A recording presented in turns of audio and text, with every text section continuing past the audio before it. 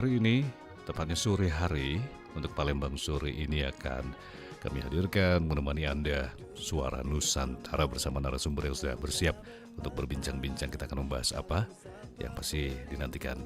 Tetap bersama kami di Pro 1 RRI, kanal informasi dan inspirasi. Teman-teman, pernah nggak sih kalian perhatiin mata kalian saat ketemu gebetan?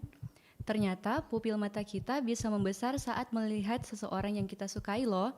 Kok bisa ya? Secara ilmiah, saat kita merasa tertarik atau bahagia melihat seseorang yang disukai, otak kita melepaskan hormon oksitosin dan dopamin. Hormon-hormon ini bikin sistem saraf simpatik aktif, yang akhirnya membuat pupil mata kita melebar. Jadi mata kita secara nggak sadar menunjukkan rasa suka kita. Nggak cuma itu, fenomena ini juga terjadi saat kita melihat hal-hal menarik lainnya loh, seperti makanan enak atau pemandangan indah. Jadi kalau pupil mata seseorang membesar saat melihatmu, bisa jadi dia tertarik padamu loh. Menarik banget kan?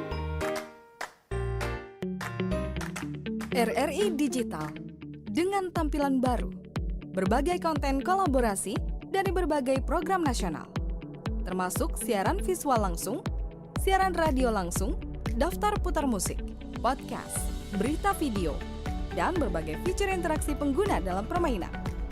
Berbagai konten menarik seperti suka, komentar, dan berbagi, serta obrolan langsung dengan penyiar dan pengguna. Pesan langsung dan fasilitas obrolan pribadi antara pengguna aplikasi juga tersedia. RRI Digital tersedia di Google Store dan App Store. RRI Digital.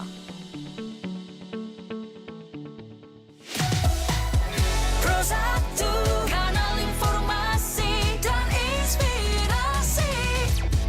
Pro 1. Sesaat lagi kita ikuti acara Suara Nusantara bersama Pro 1 RRI Palembang.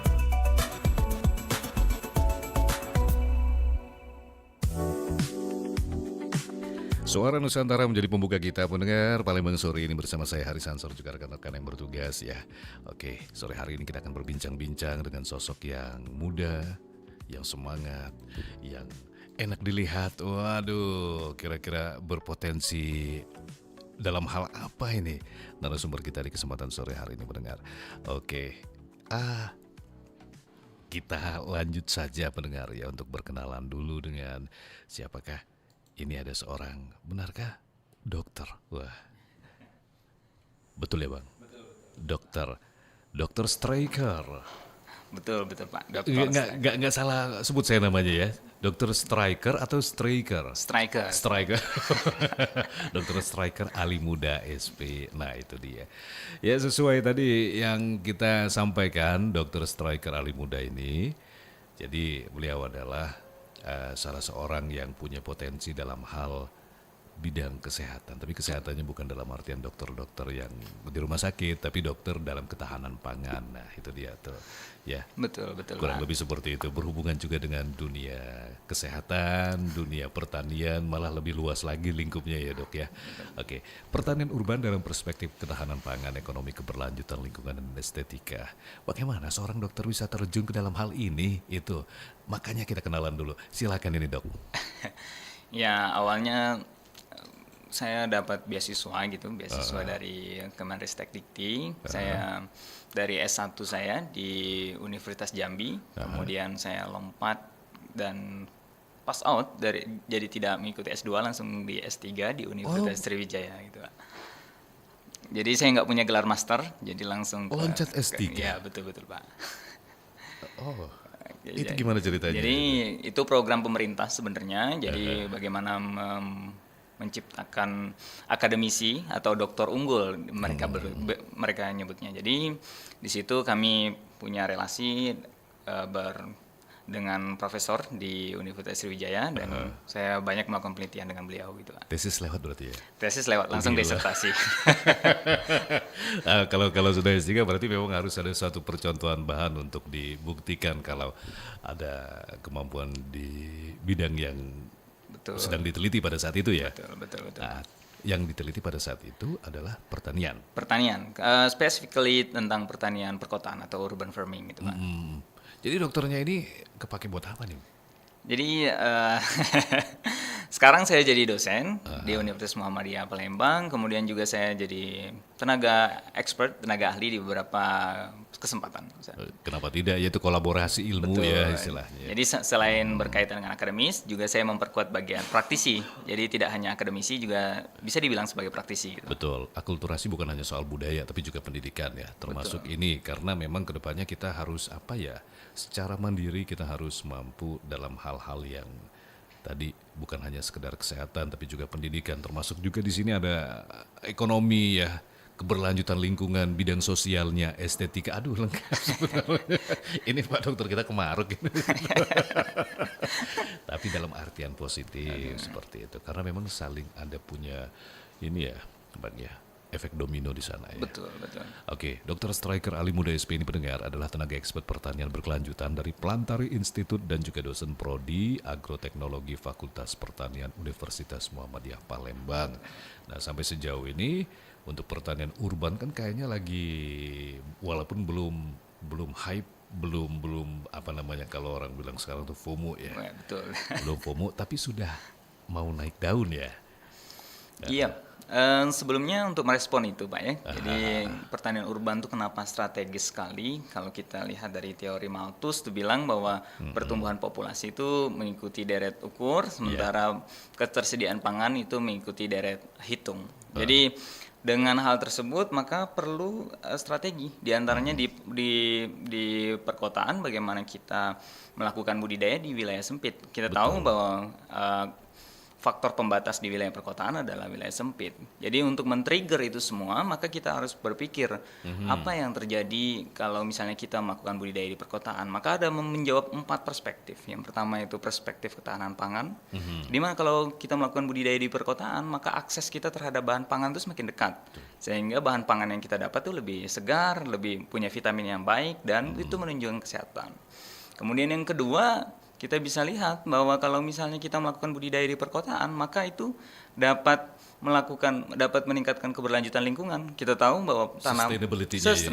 Kita tahu bahwa tanaman itu menyerap CO2 dan itu juga berkaitan dengan komitmen pemerintah bagaimana kita melakukan keberlanjutan terhadap lingkungan.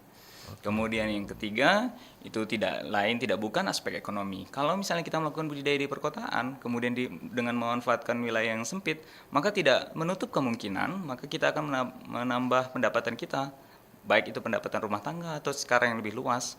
Dan yang terakhir, kalau ngomongin budidaya perkotaan, maka kita harus tidak boleh mengecampingkan yang namanya estetika. Nah, kita tahu ini pembelajaran ini saya dapat ketika COVID-19 kemarin.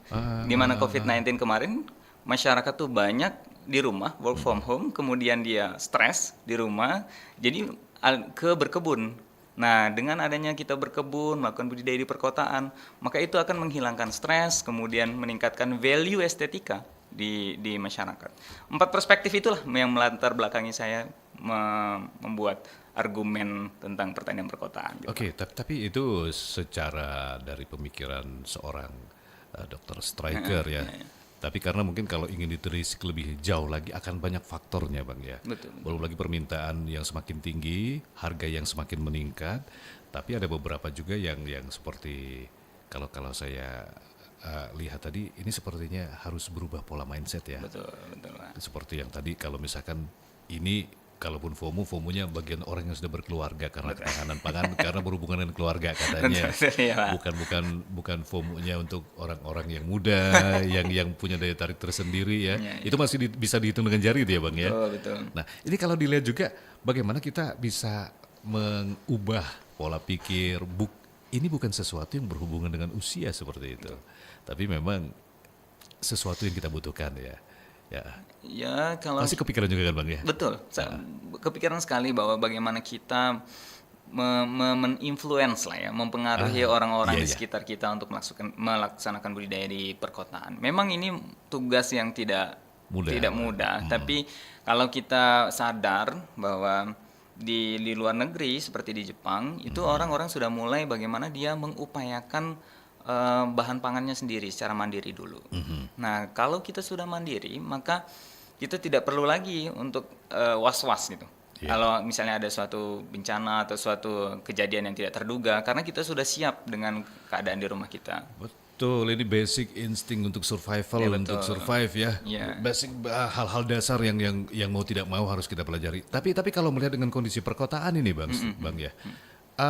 Dengan lahan, apalagi beberapa waktu yang lalu kita lebih ngetopnya sistem pertanian pangan rumahan dengan menggunakan hidroponik. Sementara tidak semua orang yang mampu karena terlalu orang malah bilang ribet. Nah, tidak juga semua orang yang paham yang istilah kalau kita orang bilang bertangan dingin untuk soal tanaman. Nah, kalau yang seperti ini bagaimana faktanya ini, Bang? Saya melakukan kegiatan-kegiatan pengabdian, penelitian itu tidak langsung ke high teknologi. Saya merasa bahwa hidroponik itu tergolong high teknologi, teknologi tinggi yang memerlukan biaya, memerlukan upaya, effortnya. Oleh karena itu saya memperkenalkan ketika pada teman-teman, tetangga-tetangga, orang rumah tangga itu bagaimana melakukan budidaya ya di skala-skala kecil di Sederhana pekarangan. Ya. Jangan sampai kita punya hype ambisius yang tinggi. Kalau ambisius yang tinggi itu akan merugikan. Baik itu merugikan secara ekonomi, merugikan secara effort tenaga, bahkan juga merugikan secara waktu. Kalau kita jalan-jalan di perkotaan banyak sekali tuh kita lihat hidroponik yang tidak digunakan lagi gitu. Jadi terbengkalai. Itu adalah satu capture atau satu tangkapan saya bagaimana hidroponik ini sebenarnya harus perlu edukasi kepada masyarakat dan tidak semua masyarakat bisa melaksanakan budidaya melalui hidroponik. Ya. Tapi kalau misalnya kita melakukan pendekatan yang lebih dekat dengan masyarakat, melakukan budidaya di dalam pot, kemudian Pengolahan limbah, rumah tangga ya. Nah ya pada sekitar 3 hari kemarin saya melaksanakan sosialisasi social project di sekitar Demang juga. Itu bagaimana pembuatan kompos. Jadi dengan ember kita memilah dulu mana sampah kering, kemudian di atasnya dilapisi dengan sampah basah, kemudian tanah topsoil atau tanah bagian atas. Sederhana saja sebenarnya. Tapi bagaimana secara sederhana itu bisa melekat di masyarakat. Itu poin saya, Pak. Oke, jadi Bang Striker mungkin juga dengan rekan-rekan yang lain ya ini ingin mengubah pola pikir masyarakat. Ini bukan sekedar tren ya, tapi memang suatu hal-hal yang memang sangat kita butuhkan. Apalagi kedepannya nanti menjadi tantangan yang lebih besar ya Bang ya soal pangan. Nah untuk Palembang sendiri kita punya lahan terbatas, juga ada beberapa tanaman-tanaman yang cukup terbatas kan seperti itu. Ya, kita nggak mungkin lah nanam pohon yang khas luar negeri di sini kan seperti itu. Itu bagaimana itu, Pak? Jadi penelitian saya Mbak. Jadi penelitian saya itu penelitiannya sederhana, yaitu penelitian tentang bayam, sayur-sayuran, kemudian yang bisa dimanfaatkan 3 minggu atau 4 minggu sudah panen. Kenapa saya memilih tanaman-tanaman tersebut? Di samping karena dia mudah untuk perawatan, tetapi juga langsung cepat atau instan untuk dihasilkan. Jadi kita dapat menghasilkan dalam waktu yang cepat. Kalau kita dapat menghasilkan hasil yang cepat, itu psikologi dari masyarakat yang bertanam itu gembira gitu, Pak. Saya tidak menyebutkan senang, tapi gembira. Gembira itu lebih dari senang. Jadi dia men-trigger untuk melakukan budidaya terus. Oleh karena itu saya mendorong pada masyarakat semuanya kalau mencoba untuk melakukan budidaya di perkotaan, lakukan dari hal-hal yang sederhana dulu. Jangan aneh-aneh dulu. Cukupi kebutuhan dasar dulu, baru kita pikir hal yang lebih jauh. Menurut saya seperti itu. Kalau saya jujur saja, saya juga sebenarnya kadang-kadang sudah kepikiran ya. Malah kadang-kadang tuh hal-hal yang sederhana sih. Kok kayaknya rumit sekali ini, kayaknya apa ada yang salah saya starting pointnya ini atau pada akhirnya aduh dah sepertinya memang bukan bidang saya. Nah apa betul pemikiran seperti itu? Ya itu tugas kami untuk mengubah mindset tersebut. Kalau kita ngobrolin tentang urban farming pasti terlintas di dalam otak kita yaitu dengan cahaya buatan, dengan rumah buatan, kemudian greenhouse, kemudian dengan hidroponik, dengan aeroponik, berat banget kan vertikal itu. Tapi itu berat banget. Tapi kalau coba kita melakukan pendekatan saja, yaitu lakukan budidaya di dalam pot. Tanamannya dipilih tanaman yang dapat beradaptasi dengan mudah, kemudian mudah cepat menghasilkan. Saya pikir itu adaptable dan applicable, dapat diaplikasikan oleh masyarakat, Mas. Oke, jadi memang harus dibedakan antara pertanian yang tadi dengan pertanian harian kita, apa yang kita butuhkan ya. Yep. Karena tujuan utama dari pertanian pada awalnya yaitu bagaimana kita memenuhi kebutuhan kita secara mandiri. Nah, saya pikir kalau misalnya kita melakukan teknologi-teknologi yang high, teknologi yang tinggi, itu melenceng dari tujuan kita di awal. Tapi tidak salah juga. Tidak ya? salah juga sih sebenarnya. Ya. Oke, jadi perlu kebijakan dan juga pemahaman yang lebih dalam ya. Kalau sampai sejauh ini bagaimana progresnya untuk Kota Palembang sendiri ini, Bang? Kalau kita tengok dari pasca COVID kemarin ya, pasca COVID kemarin tuh saya cukup positif kalau melihat dari tren bertaninya. Jadi masyarakat terutama ibu-ibu rumah tangga gitu ya, dia mulai untuk melakukan budidaya di rumah.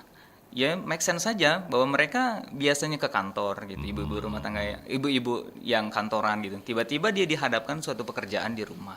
Jadi pekerjaan di rumah yang membosankan itu bisa dihandle atau ditutupi dengan kegiatan berkebun.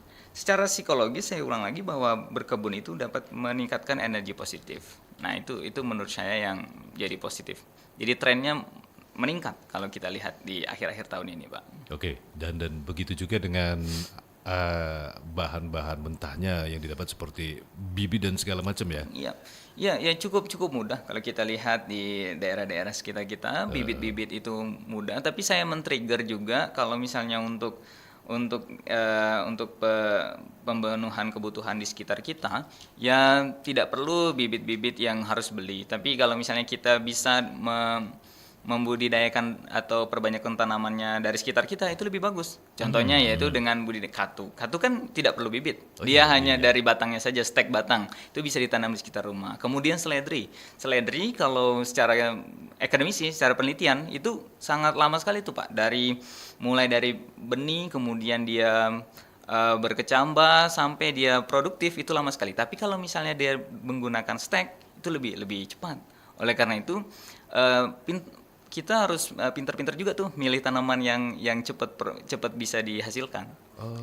Jadi teman-teman semua atau ya pendengar semua kalau misalnya ingin melakukan budidaya di rumah itu perlu dipertimbangkan tanamannya tanaman apa. Ya saya merekomendasikan tanaman-tanaman yang cepat untuk menghasilkan, kemudian juga mudah untuk didapat.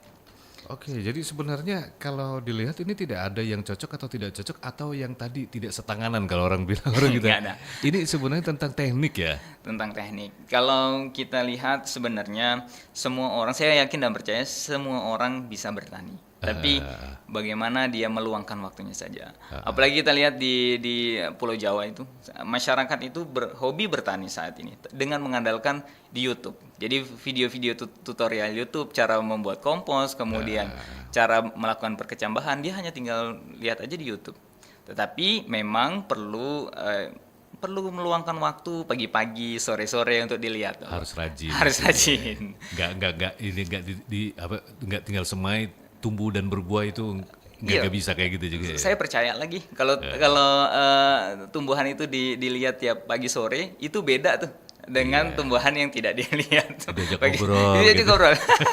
Gitu juga. Betul. Iya, saya dulu S3 kayak gitu, Pak. Tiap hari dilihat gitu tanaman. Itu ya bisa kayak gitu. Nah, yang ini kalau untuk ngelihat potensinya sendiri ya. Ini ya Bang Lustro ya. Kalau dilihat ada perluasan pangan kita, ada beberapa yang kalau kita lihat dulu baru tahu ternyata bisa dimakan. Ternyata kok rumput-rumput ini ternyata bisa dikonsumsi, edible kalau bahasa sekarang. Betul, ya. edible. Banyak sekali ya. Nah, kalau ngelihat dengan kondisi seperti itu, apakah menjadi salah satu tujuan Bang Stri juga untuk mengenalkan pangan-pangan yang baru? Betul, Pak. Jadi saya beberapa terlibat di dalam penelitian-penelitian saya. Kalau Bapak lihat di Google itu penelitian-penelitian saya itu tanamannya berbeda dan tidak umum. Contohnya di S3 saya itu penelitian saya berkaitan dengan bayam Brazil. Jadi bayam Brazil itu kemarin juga lagi sempat ya. Lagi sempat hype. Jadi masyarakat itu sempat bingung ini tanaman apa edible atau enggak, pacak dimakan atau enggak, kata orang Palembangnya ya. Gitu kan? Pacak dimakan atau tidak. Kemudian juga dalam beberapa kegiatan juga saya mengenalkan tanaman-tanaman yang estetik. Karena kita mengenalkan budidaya yang enak dilihat, tidak hanya bermanfaat untuk ketahanan pangan, tetapi estetika bisa dilihat. Itulah poin estetikanya itu, memilih tanaman yang berwarna. Seperti pakcoy aja, sebenarnya ternyata ada pakcoy yang tidak berwarna hijau, berwarna ungu. Kemudian kalau bayam kita sudah Tahu bayam sering merah. dengar ada bayam merah, bayam Iya. batik, Kubis merah kubis gitu. merah. Nah, coba saya selalu searching juga tuh di Shopee, di Tokopedia, Iya. benih-benih yang unik-unik. Eh. Karena semangat kita, jadi kalau budidaya di perkotaan itu salah satunya kita harus mengedepankan juga nilai estetika.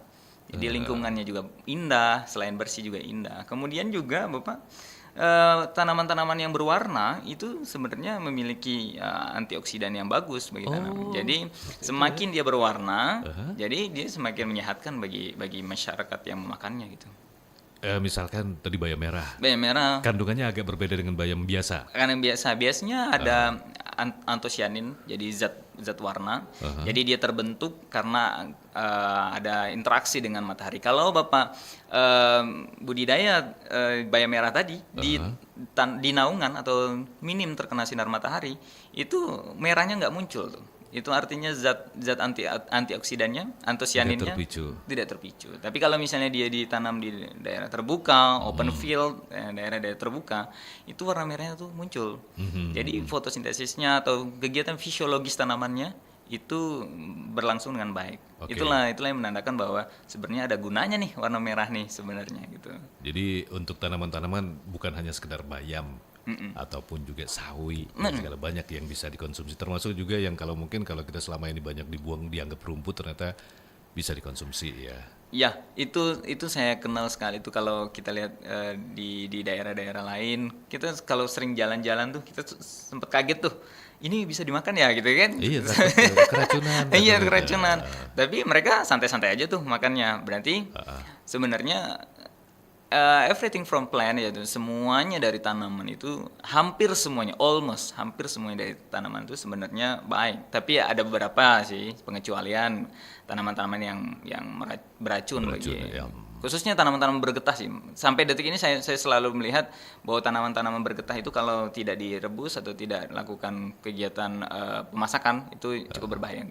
Contohnya daun ubi atau Ubi Jepang gitu ubi Jepang, dia mengandung HCN dia karena Oh, memang betul itu ya? betul itu kayak daun ubi itu mengandung cyanida atau HCN.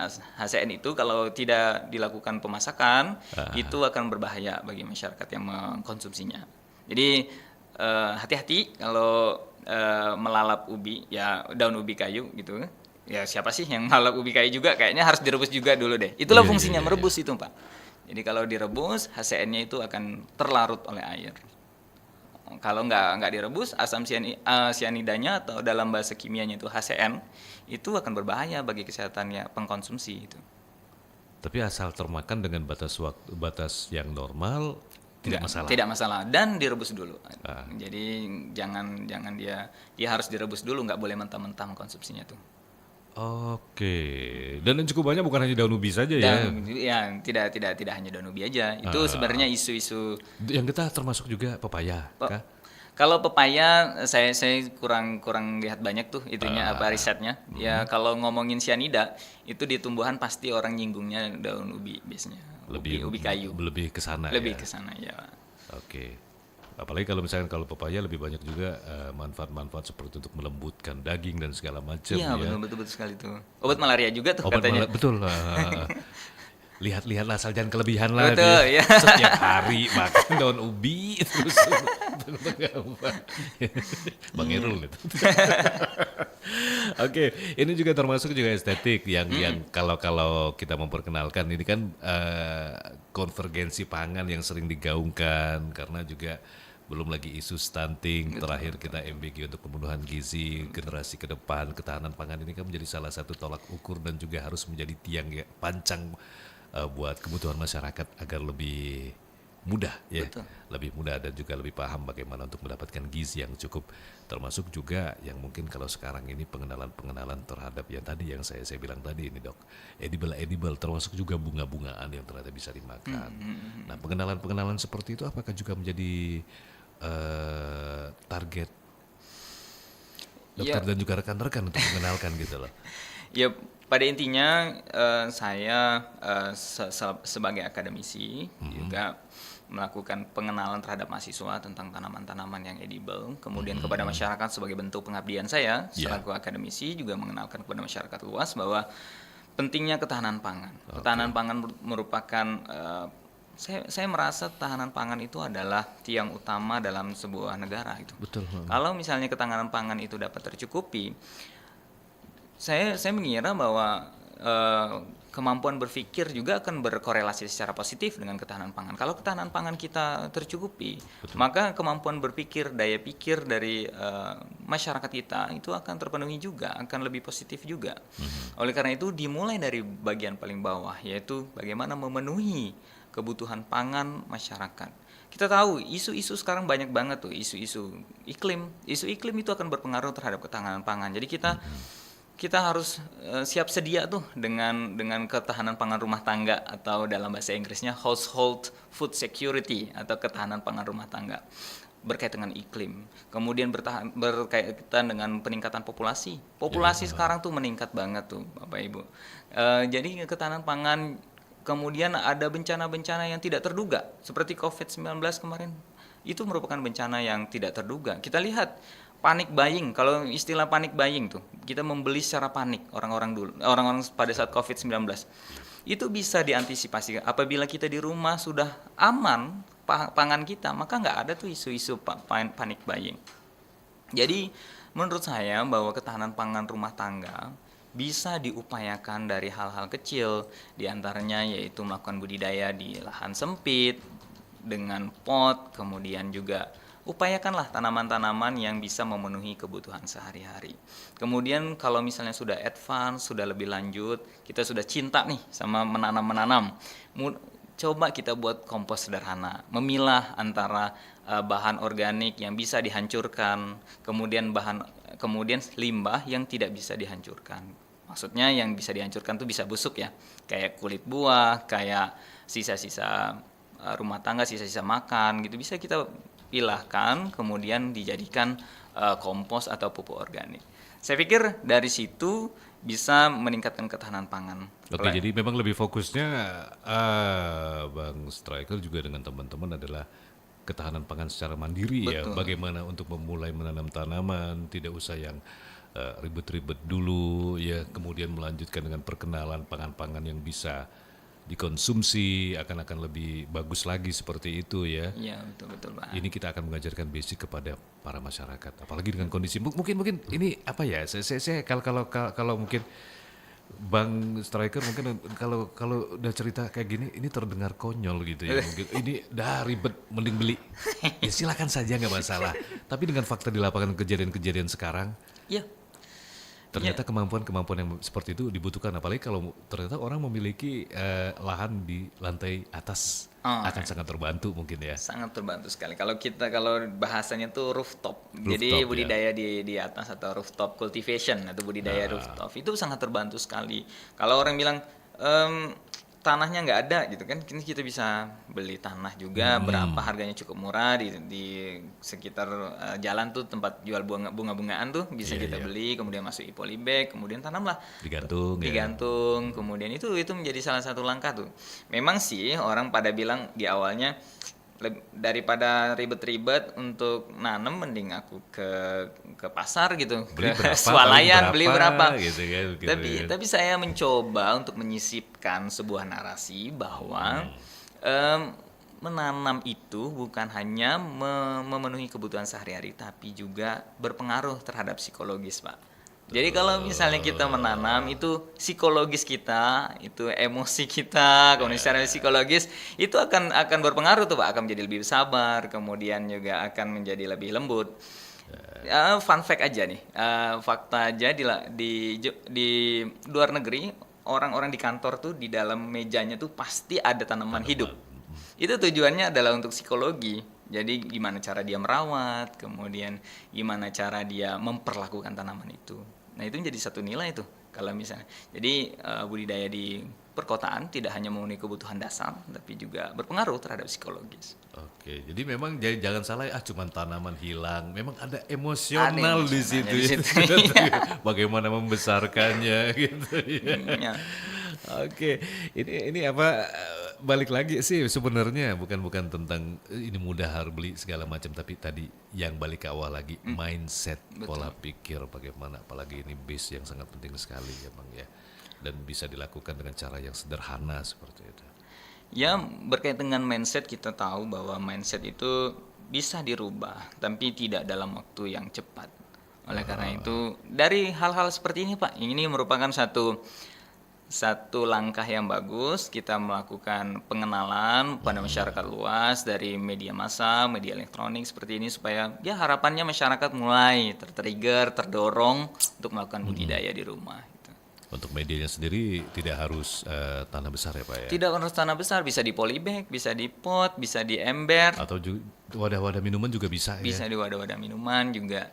Ya, kita sebagai akademisi, sebagai praktisi mengenalkan kepada masyarakat mulai dari hal yang sederhana. Saya juga melakukan penelitian itu Pak, nggak ada tuh penelitian yang gunakan dari teknologi tinggi, enggak. Jadi applicable, kuncinya tuh applicable, bisa diaplikasikan. Kalau misalnya kita melakukan pengenalan dari hal-hal yang teknologi yang tinggi, Langsung ngajarin gimana ngebibitin stroberi iya, gitu. betul. Itu nggak bisa. Jadi saya selalu menanamkan dalam pemikiran saya applicable itu. Satu kata itu Pak sebenarnya. Iya. Oke, dan cukup berhasil ya sepertinya ya Bang ya. Ya, alhamdulillah lah sejauh ini Pak. Hanya saja belum menyentuh kaula-kaula muda gitu ya. Ini kepikiran gak kayak gitu Bang? Ini adalah satu langkah. Kalau misalnya kita lihat bahwa kaula muda itu, ya dia mungkin zaman sekarang bisa dihitung nih, yang hobinya masak, yang hobinya memenuhi kebutuhan sendiri di pertanian, sangat dihitung jari. Tapi kalau dinilai secara estetika, saya rasa kaula muda nih sangat penting tuh dengan estetika nih zaman sekarang. Dia mementingkan nilai estetika. Oleh karena itu saya mengenalkan tanaman-tanaman yang punya nilai estetika yang tinggi gitu, supaya kaula muda juga ikut. Oh, dia ada kebanggaan, ada pride dalam dirinya bahwa dia berhasil melakukan budidaya tanaman yang berbeda daripada tetangganya gitu kan. Betul. Jadi ada nilai estetika dan kebanggaan terhadap dirinya. Oleh karena itu dalam beberapa kesempatan ya saya mengenalkan itu tanaman-tanaman yang berbeda dari yang lain. Jadi nggak hanya sekedar kangkung, nggak hanya sekedar bayam, tapi tanaman-tanaman yang berwarna, bentuknya menarik. Saya pikir kaula muda juga tertarik dengan hal tersebut. Oke, tapi itu harus lebih dipahami lebih jauh lagi ya, untuk yang advance lah kalau seperti itu. Iya. Kalau di Palembang sendiri yang paling berpotensi kita nanam apa nih Bang? Kalau kita di Palembang, beberapa hal yang menjadi faktor pembatas. Yang pertama yaitu tanahnya suboptimal. Tanah suboptimal itu tanah yang perlu dilakukan pengkayaan unsur hara, bahasa sederhananya. Jadi perlu diperbaikin tanah-tanahnya. Kalau kita lihat di Palembang nih, tanahnya warna kuning. Betul. Nah, jadi kita harus perhatiin juga tanahnya. Berarti kita memilih tanah yang bagus, yaitu tanah yang berwarna hitam atau dari kompos atau tanah bagian atas gitu. Kemudian juga Palembang cukup panas. Palembang Pak cukup panas, oleh karena itu tanaman-tanamannya yaitu tanaman yang dapat beradaptasi di daerah-daerah dataran rendah. Kalau kita bandingkan budidaya tanaman di pagar alam, ini daerah dataran tinggi dengan dataran rendah pasti beda. Oleh karena itu pilihlah tanaman-tanaman yang adaptif kalau bahasanya, yang bisa tumbuh di dataran rendah. Contohnya, ya bayam Brazil tadi itu bisa tumbuh. Cepat adaptifnya itu ya? Cukup cepat adaptifnya. Kemudian pakcoy juga cukup cepat adaptifnya. Bayam-bayam merah, bayam batik sama bayam merah tuh agak sedikit bingung saya bedainnya sih. Tapi kalau secara teorinya bayam merah itu merah semua. Tapi kalau bayam batik dia belang-belang. Ada corak ya? Ada coraknya. Itu bisa adaptif. Jadi jangan pula kita nanam misalnya kol misalnya di sini. Itu Kol Brusel lagi. iya. Itu beberapa kejadian tuh nggak hidup. Iya, karena sekali lagi teman-teman semua kalau melakukan budidaya perhatikan tanahnya dan perhatikan iklimnya. Iklim tuh kadang-kadang lewat tuh dari perhatian kita tuh. Jadi kiranya memang berhubungan hanya Tanah. tumbuh tadi di semai aja tumbuh dan berbuah, tidak ada seperti itu cara mainnya ya Bang ya. Betul.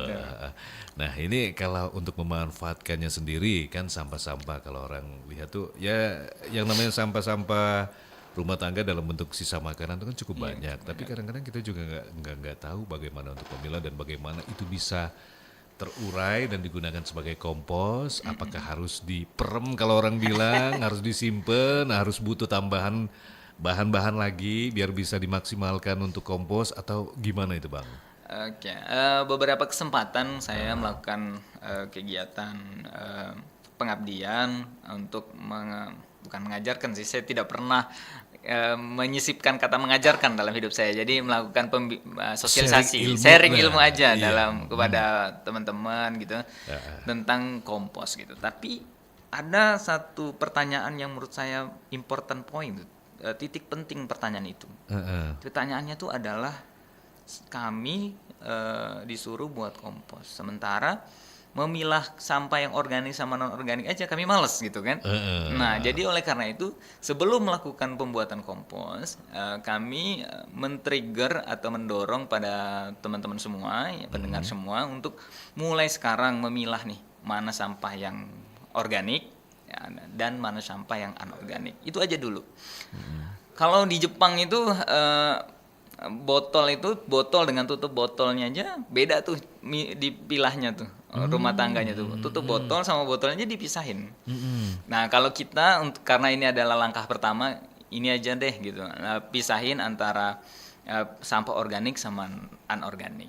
Nah dari situ kalau sudah mulai dari situ sudah punya kebiasaan itu maka masuk tahap berikutnya. Oke, tahap selanjutnya. Tahap selanjutnya yaitu mengolah yang organik dulu sebelum kita mengolah anorganik. Cukup sulit kalau yang anorganik, tapi kita buat dulu yang organik. Yaitu benar kata Mas tadi, diperam dulu gitu kan. Diperam beberapa hari, tapi diperamnya juga harus punya tekniknya. Tekniknya tuh salah satunya ya dengan menggunakan mikroorganisme. Kalau saya nggak mau nyebut brand sih sebenarnya. Jadi ada namanya efektif mikroorganisme, EM, biasanya E4 atau apapun itu ya. Warna merah gitu. Ya, warna kalau dia ada 3 varian rasanya. Kalau misalnya untuk pertanian warna kuning, untuk merah itu perikanan, ya. untuk yang coklat itu peternakan. Jadi kita yang ambil yang warna kuning. Kuning ya. Jadi itu tujuannya selain mempercepat pembusukan atau dekomposisi, juga tujuannya untuk mereduksi atau mengurangi aroma bau. Jadi kita kan masalah kita di sampah organik itu kan bau. Nah, jadi kalau dibuang tuh. Jadi E4 itu diencerkan jadi setengah mili. Saya selalu setengah mili itu untuk anak-anak kuliahan, tapi saya ngomongnya setengah cup aja, setengah cangkir gelas biasa. Cangkir apa dulu tuh? Cangkir belimbing. Setengah gelas lah kira-kira 120 mili gitu ya. 120 mili diencerkan ke dalam 1,5 liter air. Kemudian diencerkan, kemudian disiram di sampah organik. Dia itu mengandung mikroorganisme yang meningkatkan pembusukan, kemudian juga mengurangi efek bau dari kompos dari bahan organik. Itu untuk baunya sendiri bisa ditekan seberapa banyak gitu? Cukup besar untuk nekannya, cukup efektif, tetapi saya merekomendasikan untuk tidak langsung banyak gitu, di split kecil-kecil. Jadi ditaruh di ember ini sampai volumenya segini, kemudian di ember satunya gitu. Jangan ditumpuk jadi besar. Kalau ditumpuk jadi besar, itu yang pertama baunya tidak terkendali lagi dengan E4, kemudian yang kedua ada kemungkinan dia sampah organik itu kalau secara saintifik itu mengeluarkan metana, gas metan. Gas metan itu cukup berbahaya sih sebenarnya untuk lingkungan.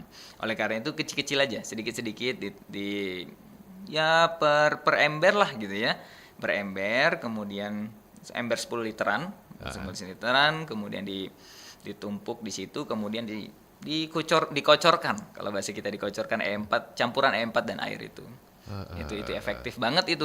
Sebenarnya E4 itu tuh udah jadi hal umum sih untuk kita. Udah banyak yang tahu juga sebenarnya. Iya, sebenarnya. Itu posisi komposnya yang pada saat kita taburin apa tadi tadi M4 tadi itu ditutup atau enggak itu Bang? Nah, dalam pengomposan itu ada dua versi ya. Ada yang aerob, yaitu gunakan ada yang terkena oksigen aerob. Kemudian anaerob itu tidak terkena oksigen. Jadi saya kalau dia mengkomposkan itu merekomendasikan yang aerob. Jadi semi aerob. Jadi dia ditutup tetapi kita tunggu seminggu. Setelah seminggu itu kita buka, kita aduk, kemudian tutup lagi. Nah, jadi kita buka setiap seminggu, kita buka, tutup lagi. Bisa Ya, digunakan seberapa lama itu setelah berapa lama? setelah 40 hari. Secara Oh, teori pas 40 hari itu 40 Pak. hari. Dia bentuknya sudah seperti tanah, kemudian diremas tidak lengket di tangan. Kemudian juga suhunya tidak panas. Kalau kita pengomposan itu, dia suhunya akan meningkat. Karena ada gas metan tadi. iya, Gas metan tadi dia meningkat suhunya, tapi di momen itu juga terjadi penghancuran atau dekomposisi dari sampah atau limbah-limbah kita tadi. Setelah dia hancur, dia turun sendiri suhunya. Nah, pada momen suhu turun itulah itu dikatakan atau limbah siap, itu ya. sudah siap untuk digunakan. Wih, ternyata banyak sekali. Itu baru dasarnya aja. Tapi sebenarnya nggak usah terlalu banyak lebih dalam lagi ya. Ya, Itu pun sebenarnya kalau dipraktekkan tidak terlalu sulit lah gitu ya Bang ya. tidak terlalu sulit, apalagi saya ini Gen Z lah, itu hitungannya. Jadi sebelum itu, anyway saya cukup Gen Z, jadi nggak perlu overthinking lah dalam melakukan sesuatu. Wih, Mulai dari yang gitu. sederhana aja gitu Pak. Itu untuk starter dulu si abang kita ini apa namanya menggunakan tanaman apa itu? Kalau untuk tanaman, untuk di awal-awal Pak ya, Iya. kalau awal-awal sekali saya merekomendasikan tanaman-tanaman ya seperti kangkung, bayam itu. Dari bayam Brazil tadi. Bayam Brazil, kemudian kalau misalnya susah untuk mendapatkannya, benih-benih kangkung itu murah banget, tersedia, kemudian cepat untuk tumbuh. Itu juga termasuk Bang Striker juga coba pada awal dulu ya. Sudah awal dulu. Kami memang dari dulu tuh nyoba-nyoba dulu sebelum menentukan tanaman. Jadi tanaman-tanaman apa yang bisa beradaptasi, adaptable di Sumatera Selatan. Saya pikir Sumatera Selatan punya pilihan-pilihan yang banyak sih. Tetapi perlu diperhatikan tadi bahwa Sumatera Selatan itu daerah dataran rendah, bukan dataran tinggi. Nggak bisa asal colok tanam aja. Nggak daerah seperti di dataran Pagar Alam tinggi tuh. gitu. Tapi kalau berhasil siapa tahu nanti kan ini akan menimbulkan rasa penasaran lebih lanjut ya Bang ya kalau berhasil ya. Salah satu bahwa pembicaraan itu berhasil adalah ada curiosity atau rasa penasaran dari masyarakat. Kalau masyarakat punya curiosity yang bagus, saya rasa dia akan terus ingin tahu, terus buka YouTube, terus buka Google untuk pengen tahu nih budidaya urban tuh semacam apa gitu. Oke, tapi kita bersyukurnya ini sudah mulai dilirik ya, sudah banyak yang memulai gitu ya Bang ya. Iya, contoh-contoh bagus di perkantoran saya beberapa kali jalan di Palembang tuh di depannya sudah ada hidroponik, sudah ada budidaya-budidaya tuh di depan PLN. Di Jakabaring tuh saya tengok ada Memanfaatkan lahan manfaatkan kantor, lahan di iya, depan iya. kantor gitu kan. Iya, iya. Di Dinas Pertanian itu salah satu ya mungkin salah satu percontohan nih bagi masyarakat bahwa bisa loh melakukan budidaya di rumah. Oke, ini keren tapi juga punya nilai gengsi kalau berhasil sebenarnya ya Bang ya. dan terakhir, karena kita sudah ada di pengunjung, kira-kira kendala apa ini yang didapatkan oleh kita nih Bang? Kalau kendala melakukan budidaya, saya pikir kendala yang dilakukan budidaya yang pertama tuh adalah perawatan sih Pak. Jadi saya bilang tadi bahwa tanaman itu beda nih, tanaman yang nggak diliatin sama diliatin. Pasti pertumbuhannya lebih bagus yang diliatin. Jadi perawatan. Perawatannya apa? Perawatannya yang pertama penyiraman. Kadang-kadang orang yang malas untuk nyiram atau tidak ada waktu untuk nyiram itu akan berdampak tuh pada tanamannya. Kita tahu air itu komponen yang paling penting bagi tanaman. Gak bisa salah-salah juga Nggak bisa berarti ya. salah-salahan. Tapi kalau perawatan tentang hama penyakit, saya merasa kalau misalnya skala kecil kayak di rumah, itu tidak menjadi beban yang besar bagi masyarakat. Jadi jangan overthinking lagi. Kalau terserang hama gimana? Ya kalau karena tanamannya sedikit, tinggal buang aja sih 1 atau 2 gitu kan. Kalau terkena virus gimana? Itu adalah pertanyaan-pertanyaan overthinking sebenarnya. Iya. Jadi yang penting itu adalah perawatan, kapan nyiram, kemudian kapan ngasih pupuk, itu sebenarnya Pak. Cuma satu takutnya nggak estetik lagi. Nah, Robi, ini menarik sekali sih. Ya Allah. Kita sudah di pengunjung kebersamaan ini Bang. Jadi dari apa yang kita sampaikan mengenai ketahanan pangan, kita bisa ambil langkah secara sederhana dulu seperti yang disampaikan ya. Dan ini adalah sesuatu hal yang sangat-sangat mudah dilakukan siapa saja Bang. Kira-kira apa yang disampaikan kepada pendengar, terutama untuk masyarakat umum, tentang apa yang kita bahas sore hari ini. ya itu sih saya mendorong pada masyarakat untuk terus berinovasi, terus memiliki keingintahuan untuk bagaimana mandiri dalam menyediakan kebutuhan rumah tangga, salah satunya pangan. Ya, pertanian urban merupakan salah satu langkah sederhana untuk kita bagaimana kita menjadi mandiri dalam ketahanan pangan. Ini juga jadi semangat Indonesia juga bagaimana kita harus mandiri dalam pangan, dan jangan lupa dalam pertanian urban juga harus memerlukan nilai estetika. Itu dari saya. Bukan hanya sekedar tanam-tanam ya, Ya, betul. tapi ada ilmu-ilmu lain yang bisa dipelajari di balik tanam yang tadi. Estetika kan enak-enak banget gitu ya. Tapi sudah cukup banyak juga ya kalau dilihat kampung-kampung pangan sekarang ya. Iya, kalau kita lihat di beberapa tempat, saya lihat khususnya di wilayah pinggiran kota. Jadi di kota itu secara teori dibagi menjadi beberapa wilayah. Utamanya ada 2 wilayah di perkotaan. Yang pertama itu ada center, jadi tengah perkotaan. Dan yang kedua itu di pinggiran perkotaan atau yang disebut dengan periurban. Kalau di wilayah di pinggiran perkotaan di Palembang, di wilayah periurban seperti di Talang Jambe, Iya. di Jakabaring itu kesadaran masyarakatnya tuh sudah Tinggi ya. tinggi banget tentang bagaimana melakukan budidaya, kemudian mencukupi kebutuhan sehari-hari secara mandiri. Jadi memang budidaya urban itu munculnya ketika ada gerakan budidaya periurban. Jadi budidaya periurban dulu di pinggir-pinggiran perkotaan. Setelah budidaya periurban berhasil, maka akan lanjut ke budidaya urban. Itu sebenarnya. Jadi kesadaran Palembang tentang budidaya urban, khususnya di wilayah periurban itu sangat tinggi saya pikir. Dan kita harapkan akan lebih terus lagi, apalagi bersama rekan-rekan ya Pak Dokter kita ini, bersama rekan-rekan bisa menggenjot lagi pemahaman dan juga kepedulian kita terhadap ketahanan pangan ini akan lebih sukses lagi kita harapkan. Ya, ketahanan pangan adalah, saya pikir ketahanan pangan itu adalah kunci keberhasilan kita untuk menyongsong generasi emas tuh. Kita tahu kan 2045 Indonesia emas. Kalau ketahanan pangan kita kuat atau food security kita mumpuni, maka tidak menutup kemungkinan itu akan sangat mendukung generasi emas di tahun 2045. Amin. Ya. Semoga kenapa tidak gitu Kenapa ya Bang. Oke Dok, terima kasih banyak sudah hadir di Studio Pro 1. Pasti masih banyak juga cerita-cerita lainnya bagaimana untuk mengedukasi, memberikan sharing ilmu kepada pendengar kita.